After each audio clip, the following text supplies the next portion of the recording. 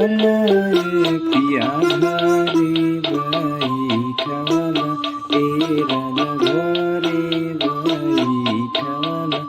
आपणात गैला राजा हो आपणात गैला राजा हो पूर्वभुवन जिया आपणात गैला राजा हो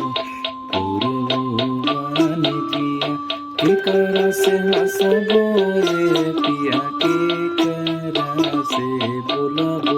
ए पिया के करा से बोलबो के करा से कहबे पिया हो के करा से कहबे पिया हो दिलवा के बतिया के करा से कहबे पिया हो दिलवा के बतिया सासु से बोलिया रे धनी नाना तो से हंसिया ए धनी नाना तो से हंसिया देवरा से कहिला धनिया देवरा से कहिला धनिया दिलवा के बतिया देवरा से कहिला धनिया दिलवा के बतिया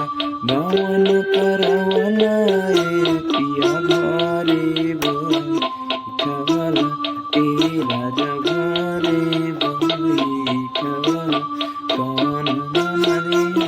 पिया हो के करा से बोलबे पिया हो पूर्वभुवन जिया आपणात गैला राजा हो पूर्वभुवन हम नहीं जननी ए राजा आई से तुम करब ए राजा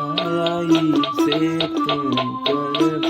हम नहीं जननी ए राजा आई से तुम करब ए राजा आई से तुम करब ए सैया आई से तुम आइतीना गवना साइया आइतीना गवना साइया रहती नहीं हलमा आइतीना गवना साइया रहती